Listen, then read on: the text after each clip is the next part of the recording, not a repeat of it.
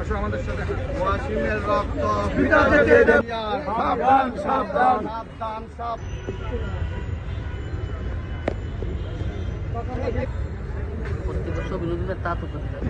এই চট্টগ্রাম থেকে ব্রিটিশ বিরোধী আন্দোলন হয়েছিল।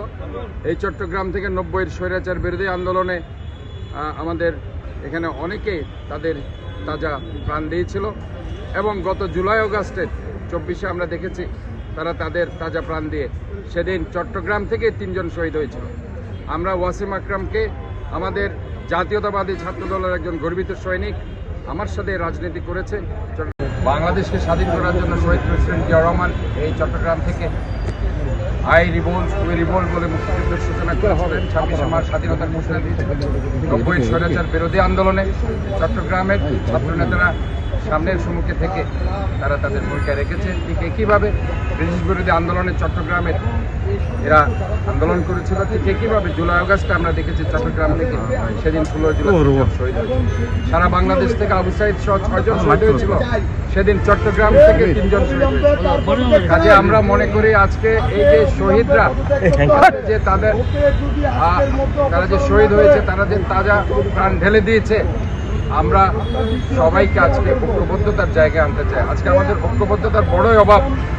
আমরা আজকে ঐক্যবদ্ধ নেই, এটা আমাদের জন্য সবচেয়ে সমস্যা।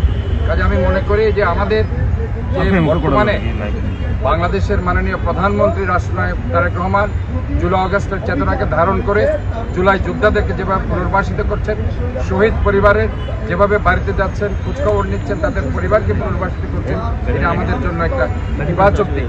আমরা মনে করি আজকের এই প্রেক্ষাপটে আমরা সবাই মিলে তাদের পাশে থাকতে হবে এবং জুলাই আগস্টে যারা বিপ্লবী, যারা আহত হয়েছেন, ওই আহত পরিবারকে আমাদেরকে অবশ্যই দেখভাল করতে হবে, পুনর্বাসন করতে হবে এবং শহীদ পরিবারকে পুনর্বাসন করতে হবে। আমি সেদিন ওয়াসিম আকরামের পরিবারের সেখানে গিয়েছিলাম। আমাদের মাননীয় প্রধানমন্ত্রী সেদিন গিয়েছিলেন, খবর জিয়ারত করেছেন এবং সেখানে স্পষ্ট বলেছেন যে তাদের পরিবারকে উনি পুনর্বাসিত করছেন, চাকরি দিচ্ছেন তাদের ভাইকে এবং সেই বাড়িগুলোকে তিনি করে দিচ্ছেন। একইভাবে প্রত্যেকটা শহীদ পরিবারকে পুনর্বাসিত করছেন এবং ইতিমধ্যেই আহতদের তিনি সাহায্য করছেন। 2 সাইড থেকে আক্রমণ করা হলো।